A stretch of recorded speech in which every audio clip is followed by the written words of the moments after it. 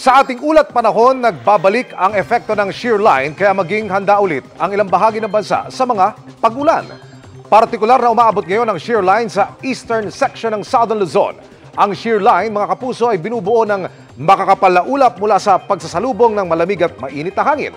Pero bukod sa shear line, patuloy rin ang pag-iral ng amihan. Base sa datos ng Metro Weather, uulanin ang Southern Luzon kasama ang Quezon, Mindoro Provinces at Bicol Region. Matitinding bugos ng ulan ang inaasahan kaya maging alerto sa banta ng baha o landslide. Posible rin ang ulan sa ilang bahagi ng Northern Luzon kasama ang Cordillera at Cagayan Valley.